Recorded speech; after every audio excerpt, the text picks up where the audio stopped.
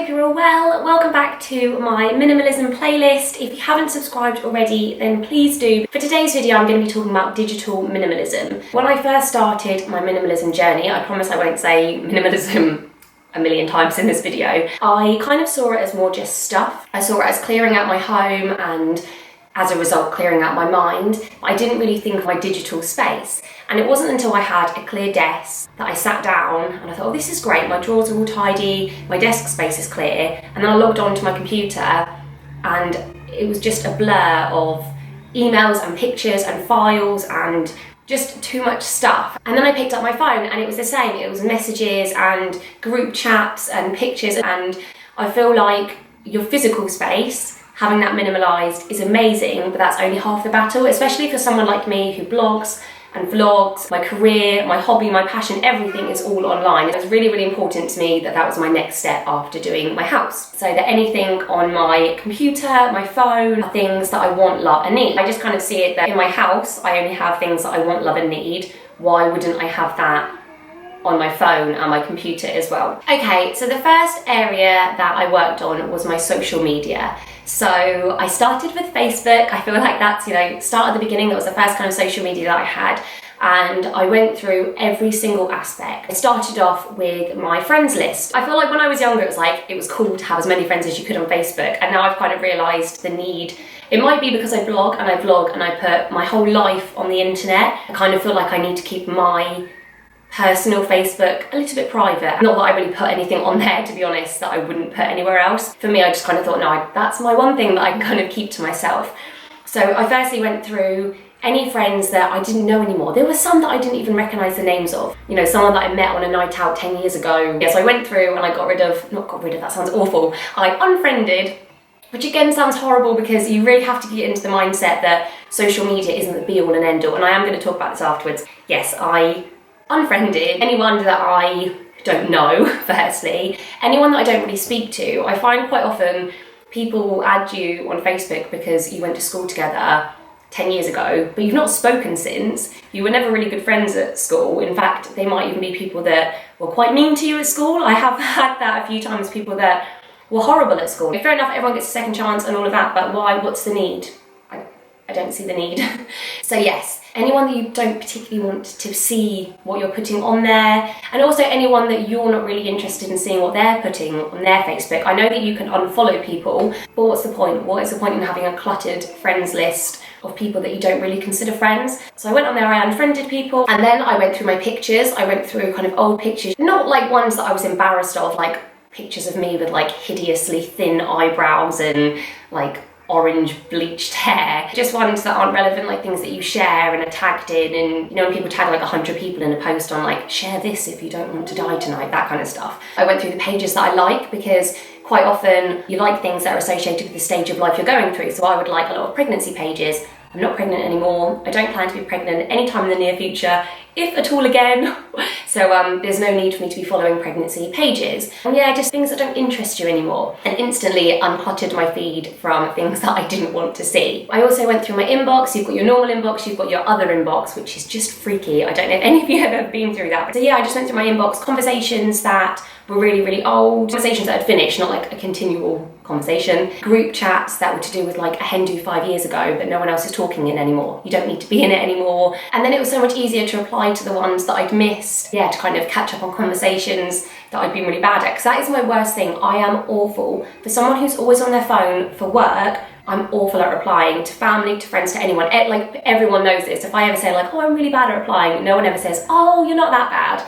I am. I'm awful. And it's really, really difficult to say to people, I posted on Facebook for my work, not for my social. It's not like I'm just sat there like ignoring messages. It's just because my headspace was so cluttered. So yes, it gave me a good chance to kind of get on top of messages. I then went and did the same for Instagram. So I just unfollowed accounts that either weren't relevant anymore, again, like pregnancy accounts, or like maybe if you're decorating a bathroom, you're following kind of bathroom inspirational accounts, and then your bathroom's decorated, so you don't need to anymore. That's just an example. We haven't decorated our bathroom, but you know what I mean. And then there were just loads of accounts that I followed that I think when I first started with Instagram, I would just follow everyone that followed me, and it's kind of a numbers game. And then after a while, you just realise, oh, actually, for me, Instagram is about inspiration. Just because maybe I read someone's blog or watch their YouTube doesn't mean that I particularly find their pictures inspirational.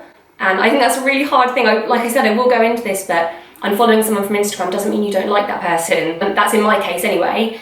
If I've unfollowed people from Instagram, it's purely because my Instagram is where I go for certain kinds of pictures and it just might not fit in. Any kind of like negative things or just things that don't interest me. For me, I want to go on my feed and I don't want to scroll through 10 pictures before I find one that I actually like. I want, just my whole feed to be nice and inspirational and informative, and it's not necessarily like beautiful Instagram me pictures. It's people that I know and I love, and it's their children. It's stuff that I want to see. So I did that, and I went through messages as well on Instagram. I did the same on Twitter, and what else? Pinterest. They're kind of the only like social media that I'm on. I then went through my YouTube, I went through my subscriptions, because I was subscribed to so many channels that hadn't posted content in years, or maybe there'll be this one like hero video that I really, really loved, like, man proposes to woman. I really like one of those videos, you're like, oh my god, that's amazing, and it gets like 1 million views and it's just insane.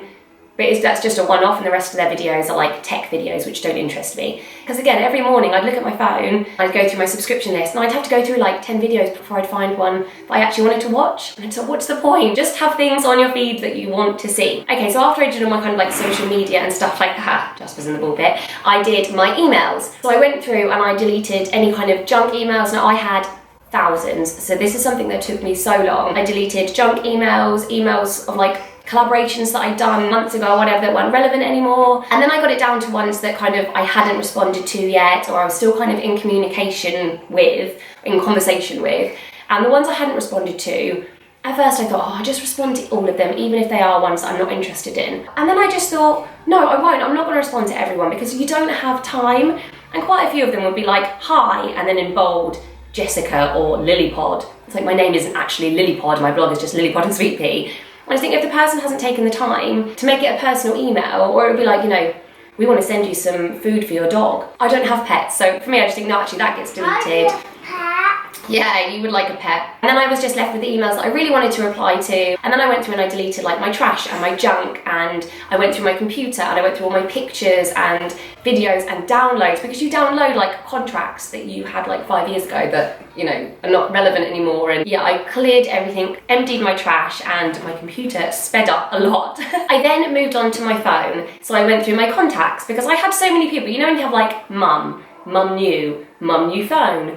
It was just ridiculous, and I'd have like Katie met in toilets at club. Really, really like ridiculous contacts that you don't even need. So I went through all of my contacts, I went through messages, I went through like WhatsApp and group messages, again, like group chats that you don't really even like talk in anymore. What's the point in being in them? I went through pictures, I went through videos, completely cleared through so much stuff, and it just felt amazing. So that was it. That's kind of all of the areas that I've cleared. You could go on your TV, you could clear all of your downloads, maybe on your Xbox or whatever, your iPad. I also actually went through the boys' iPad, and I went through the games and films and TV programs they had on there, because a lot of the stuff they didn't use anymore was quite babyish. And then once I finished deleting everything from my digital space that I didn't want, love, or need, I got to work on organising everything. So in my emails, I made folders and categories, and just the same on my phone, picture albums, things like that, just to make it a lot easier. Now, when it comes to minimalising your digital space, it's not as easy to maintain as your house, in my opinion anyway. For me, I did my whole house, and then